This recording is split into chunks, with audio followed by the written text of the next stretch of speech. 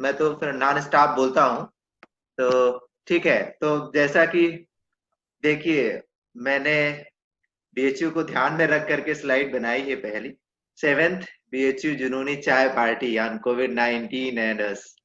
ठीक है, geriatric mental health during कोविड-19 topic रखा है मैंने। और ये देखिए, महाराष्ट्र सिंहद्वार काशी हिंदू विश्वविद्यालय का। और चलिए आगे बढ़ते हैं और चर्चा करने से पहले disclaimer जरूरी क्या हुआ? ऑनलाइन है ना? ऑडियो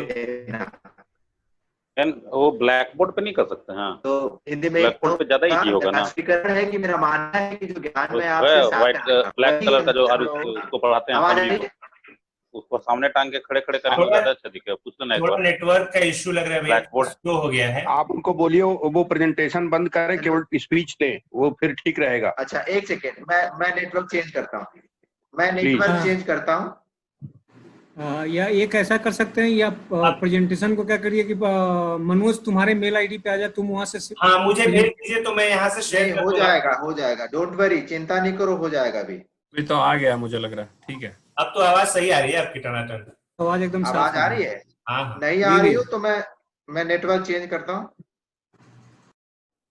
अभी चेंज कर देता हूँ, अभी आ जाएगी।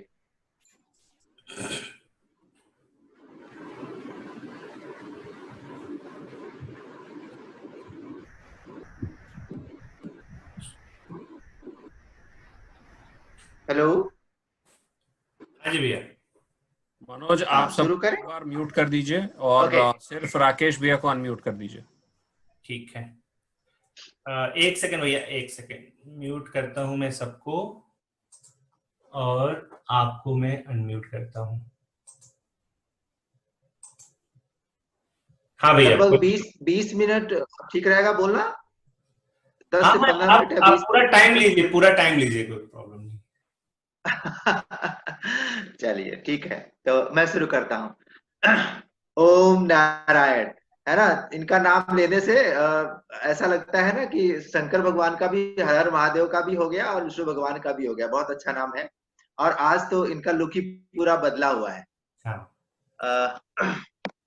और चलिए, बहुत अच्छा। मैं सोच रहा था कहाँ रह गए, क्योंकि चेहरे से पहचान रहा, फिर नाम से मैं पहचान पाया। चलिए शुरू करते हैं। तो टॉपिक है जीरियाट्रिक मेंटल हेल्थ। और मेरा जो डिस्क्लेमर है वो यही है कि मेरा मानना है कि जो ज्ञान मैं आपसे साझा करने जा रहा हूँ वही अंतिम सत्य नहीं है। अध्ययन करके जितना मैं समझ सका हूँ वो बताने का प्रयास है। मेरी बात से आप सहमत या असहमत होने के लिए स्वतंत्र हैं। यदि आप चाहें तो जिन संदर्भ ग्रंथों के आधार पर मैं अपनी बात कह रहा हूँ उनका अध्ययन करके इस बारे में आप अपनी स्वयं की समझ विकसित कर सकते हैं, या अपने ज्ञानवर्धन हेतु तो अन्य मानक ग्रंथों या स्रोतों का अध्ययन कर सकते हैं। अब आते हैं टॉपिक पे। तो हम लोग क्या सीखेंगे कि हेल्थ क्या है, स्वास्थ्य क्या है, मानसिक स्वास्थ्य क्या है और वृद्धावस्था मानसिक स्वास्थ्य क्या है, क्या कॉमन प्रॉब्लम्स हो सकती हैं, होती हैं, और इन कोविड-19 पेंडेमिक के दौरान जीरियाट्रिक मेंटल हेल्थ के क्या क्या इश्यूज हो सकते हैं, क्या कर सकते हैं और उनको कैसे डील कर सकते हैं। सबसे पहले हेल्थ की डेफिनेशन पे डब्ल्यूएचओ ने हेल्थ की डेफिनेशन दी हुई है और लगभग सभी लोग इसको जानते हैं। और वो डेफिनेशन है कि health is a dynamic state of complete physical, mental, spiritual and social wellbeing and not merely the absence of disease और इन्फर्मिटी। ये हेल्थ की डेफिनेशन है। तो मेरी कुछ वर्षों से एक आदत बन गई है कि मैं अपना लिटरेचर को सर्च करता हूँ, इंडियन एंशिएंट लिटरेचर जो है कि उसमें क्या चीजें दी गई हैं। तो मैंने देखा तो आयुर्वेद में दिया हुआ है हेल्थ की डेफिनेशन, स्वस्मिन् तिष्ठति इति स्वस्थः, अर्थात जो अपने आप में सुख स्वरूप आत्मा में स्थित रहे वही स्वस्थ कहलाता है। सुश्रुत ने जो परिभाषा दी वो उन्होंने कहा समदोषः समाग्निश्च समधातु मलक्रियः प्रसन्नात्मेन्द्रिय मनः स्वस्थ इत्यभिधीयते। अर्थात जिसके तीनों दोष, वात पित्त कफ, जिसकी जठराग्नि सम हो, जिसकी धातुओं रस, रक्त, मांस, मेद, अस्थि, मज्जा, शुक्र की क्रिया सम हो, जिसकी आत्मा, इंद्रियां और मन प्रसन्न हो, वह स्वस्थ कहलाता है। ये सुश्रुत ने बताया। और पद्म पुराण के उत्तरखंड में लिखा हुआ है कि बुद्धि स्वास्थ्य स्वास्थ्यम मनः स्वास्थ्यम स्वास्थ्यमेन्द्रियकम तथा, अर्थात बुद्धि मन तथा सभी इंद्रियों की स्वस्थता को धारण करने वाला स्वस्थ है। तो ये हमारे इंडियन डेफिनेशन है। और जब मैंने कंपेयर किया इन दोनों डेफिनेशंस को, तो जो मैंने देखा वो ये पाया कि जो आयुर्वेद में या सुश्रुत में या फिर पद्म पुराण में डेफिनेशन दी गई है, वो एक ऐसी डेफिनेशन है जिससे एक व्यक्ति स्वस्थ हो सकता है ना, वो हेल्दी हो सकता है। ये डेफिनेशन इंडिपेंडेंट है और ये अचीवेबल है, इसको प्राप्त कर सकते हैं, है ना, क्योंकि अपने आप को स्वस्थ रखने की बात की गई है। जबकि अगर मेंटल हेल्थ की डेफिनेशन लेते हैं, हेल्थ की डेफिनेशन लेते हैं WHO की, तो उसमें इन्होंने क्या कहा कि ये एक दूसरे पे आश्रित है। उन्होंने कहा complete physical, mental, social, spiritual wellbeing. तो यहाँ पर जब देखते हैं तो ये एक दूसरी वेलबींग के साथ जो है जुड़ी हुई है, और इसको आप कंप्लीट नहीं अचीव कर सकते। भाई सोशल वेलबींग अगर आपकी नहीं है तो आप हेल्दी नहीं माने जाएंगे, है ना। जैसे हम लोग आपस में इंटरेक्ट कर रहे हैं तो एक सोशल वेलबींग है, वहां पर उन्होंने ऐसा कहा। जबकि हमारे यहाँ ये कहा गया कि नहीं, सोशल वेलबींग की भी जरूरत नहीं है। अगर आप हिमालय पर चले गए हैं, अकेले हैं, सिंगल हैं, किसी से इंटरेक्शन नहीं है, तब भी आप स्वस्थ हो सकते हैं, क्योंकि स्वयं को स्वस्थ रखना है। तो ये मुझे लगता है कि डेफिनेशन में कमी है और इसको इम्प्रूव करने की जरूरत है। तो उन्होंने जब इतनी बात कही तो वही मेरा क्वेश्चन यहाँ आता है कि फिर इकोनॉमिक वेलबींग की बात क्यों नहीं है, पॉलिटिकल और इन्वायरमेंटल वेलबींग की बात क्यों नहीं है, और इसी तरीके से ढेर सारी वेलबींग आ जाएगी, तो कितनी डेफिनेशन में जोड़ते जाएंगे। तो मेरा ये पहला मानना है कि WHO की डेफिनेशन जो हेल्थ की है वो इनकम्प्लीट है, जिसको कंप्लीट करने की जरूरत है। नेक्स्ट लेकिन चूंकि अब चर्चा करनी है मेंटल हेल्थ की ही, जो इंडियन कंसेप्ट में ना होकर के मॉडर्न कॉन्टेक्स्ट में है, तो उसी कंपोनेंट में आते हैं। तो जो कंपोनेंट है वेलबींग की वो क्या है कि मेंटल हेल्थ में है कि it is a mental state of wellbeing in which a person realizes his potential and cope with the normal stresses of life, work productively and fruitfully, and is able to make contribution to his community. ये definition जो है mental health की है। तो अब इसी में अगर जेरियाट्रिक मेंटल हेल्थ की बात करें, बुजुर्गों की बात करें, तो बुजुर्ग जैसे जैसे लोग बुजुर्ग होते हैं तो उसमें डिके होता है, फिजिकल और मेंटल एक्टिविटी। तो डिके होने में क्या है कि, और ये डिके है एज एसोसिएटेड होता है, सब लोग जानते हैं। वो नॉर्मल स्ट्रेसेस से उतने इफेक्टिवली डील नहीं कर पाते, रिटायरमेंट हो जाती है और लेस प्रोडक्टिव हो जाते हैं, काम करने की एफिशिएंसी स्लो हो जाती है, और लेकिन वो अपनी सोसाइटी को, अपनी फैमिली को कंट्रीब्यूशन तो दे सकते हैं। तो अगर देखा जाए तो वृद्धावस्था में जो प्रॉब्लम आती है वो मल्टीपल प्रॉब्लम्स आती है।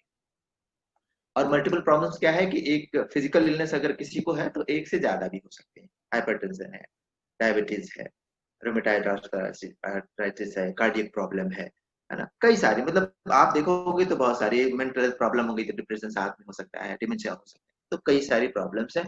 तो अगर जेरियाट्रिक मेंटल हेल्थ की बात करें तो हम उनकी जो लिमिटेशंस हैं, फिजिकल लिमिटेशंस या और भी लिमिटेशंस, उनको ध्यान में रख करके उसको देखने की जरूरत है।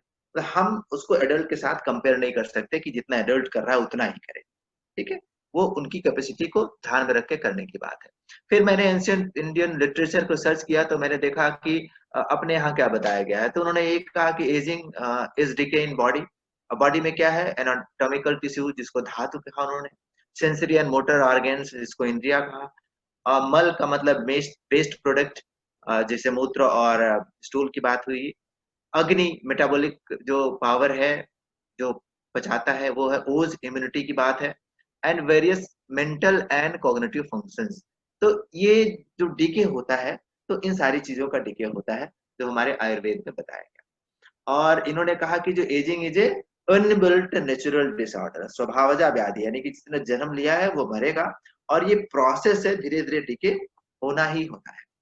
और ये जो शरीर बनता है, इन्होंने कहा जो शरीर है वो 9 द्रव्य से बनता है, 9 द्रव्यों से बनता है। सामान्यतः ये समझ हम लोगों की है कि पंच महाभूत से होता है, क्षिति जल पावक गगन समीरा, गोस्वामी तुलसीदास ने कहा। लेकिन इसमें इन्होंने कहा कि और चीज जो जोड़ते हैं वो क्या है कि माइंड को जोड़ते हैं, मन, आत्मा, टाइम और डायरेक्शन, ये 4 चीजें और जोड़ दी जाती हैं इसमें, तब जाकर के एक पूरा का पूरा क्रिएशन यानी कि शरीर बनता है।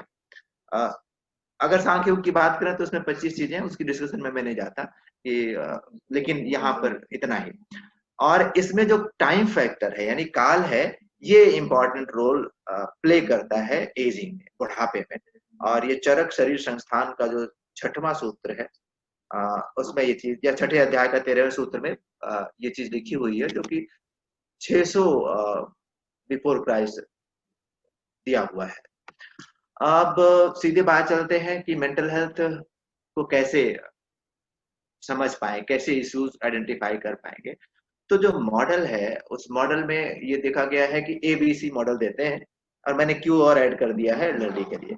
तो स्क्रीन पे दिख ही रहा होगा आपको। A से एल्डरली के लिए है activities of daily living, B से है बिहेवियरल एंड साइकोलॉजिकल सिम्टम्स, और C से कॉग्निशन है, और Q से क्वालिटी ऑफ लाइफ।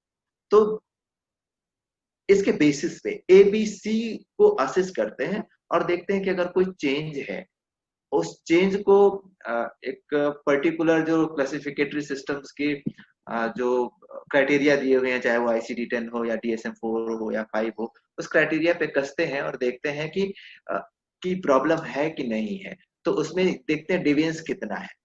तो जीरियाट्रिक मेंटल हेल्थ में हमने 4 Ds की बात की कि याद कर रखने के लिए, मुझे भी बताने में आसानी हो, सामने देखने वाले को भी आसानी हो। तो ये डिविएंसेस है, डिविएंसेस फ्रॉम ABC यानी activities of daily living, behaviour and cognition, deviations from personality characteristics, or deviation from anything which you are doing well previously. तो उसके बाद सेकेंड है डिप्रेशन। डिप्रेशन की चर्चा हो ही रही है कि होती रहती है। थर्ड है डिलीरियम, एंड ये 4 D हो गए। और उसके बाद जो स्मॉल लिस्ट लगे हुए हैं उसमें सिजोफ्रेनिया, लेट ऑनसेट साइकोसिस, substance use disorder, suicidal behaviour और स्लीप, ये और प्रॉब्लम्स हैं अलग से 4। तो इनको डिटेल में पढ़ सकते हैं। लेकिन जो मैं यहाँ इसमें जो बात करूं स्पेशली बुजुर्गों के लिए, डिमेंशिया की बात करूंगा। तो डिमेंशिया में सबसे जो मुख्य समस्या होती है वो भूल जाने की समस्या। उनको ऐसा लगता है कि हमने, जैसे कैसे आप आइडेंटिफाई करेंगे, वो सामान रख के भूल जाते हैं, ठीक, और फिर कहते हैं कि मेरा सामान किसी ने चुरा लिया। और क्योंकि उनको याद नहीं रहता कहाँ रख दिया, और वो मिसप्लेस हो जाता है, तो उनको ऐसा ही लगता है। इसके अलावा छोटी छोटी चीजें, जैसे कि घर से बाहर निकले हैं तो वो रास्ता भूल जाते हैं, पहुंच नहीं पाते हैं। तो ये जो पहला जो इंडिकेशन है कि अगर आप कैसे आइडेंटिफाई करेंगे, तो जो विजुअल स्पेशियल जो फंक्शनिंग है उसमें डिस्टर्बेंस आनी शुरू हो जाती है, कि रास्ता भूलना शुरू हो जाता है, चीजों को मतलब भूलना शुरू करते थे। तो वहां से आपको थोड़ा सा सतर्क हो जाना चाहिए। और जब ये चोरी का इल्जाम लगाने लगे लोगों के ऊपर, तो आप सतर्क हो जाइए कि कुछ मेमोरी की प्रॉब्लम होनी शुरू हो गई है। तो ये डिमेंशिया के लक्षण है। और इसमें कॉग्निशन के जो फंक्शंस हैं, जैसे कि मेमोरी के साथ इंटेलेक्चुअल लेवल डीके करता है। तो इंटेलेक्चुअल लेवल डीके नहीं करता, लेकिन उसको हम कॉग्निटिव फंक्शंस कह सकते हैं, कि एबिलिटी चूंकि डीके हो जाती है तो परफॉर्म नहीं कर पाते, तो वो इंटेलेक्चुअली थोड़ा सा कम रिस्पॉन्स करते हैं, प्लानिंग नहीं कर पाते, जजमेंट लेने में दिक्कत होती है, ठीक है। छोटे मोटे कैलकुलेशंस हैं, हिसाब किताब नहीं कर पाएंगे, सब्जी लेने के लिए गए, कितना किसने पैसा दिया नहीं दिया, तो उसको क्लियर कट नहीं कर पाते, ये दिक्कत होती है। वर्ड फाइंडिंग डिफिकल्टी होती है, कुछ कहना चाह रहे हैं, बोलते भी दिमाग में है, लेकिन उस चीज को एक्सप्रेस नहीं कर पाते। तो ये सारी प्रॉब्लम्स होती हैं, जो आपको अलर्ट हो जाना चाहिए, ये समस्या है। इसके अलावा इसमें जो एक्सपर्ट और बैठे हैं हमारे साइकोलॉजिस्ट लोग बैठे हैं, उनके लिए थोड़ा सा वो बता दूं कि डिल्यूजन्स के बारे में पढ़ते हैं, विभ्रम के बारे में पढ़ते हैं। इसमें क्या है कि एक बिलीफ सिस्टम होता है, जिसमें उनको लगता है कि जो मैं कह रहा हूँ वही बात सत्य है, और उसको आप हिलाने की कोशिश करेंगे, एग्जाम्पल्स देंगे कि अरे नहीं आप जो कह रहे हैं वो गलत है, तो वो फिक्स रहते हैं, उससे हिलते डुलते नहीं है, उसको सही मानते हैं, आप चाहे जितनी कोशिश करें।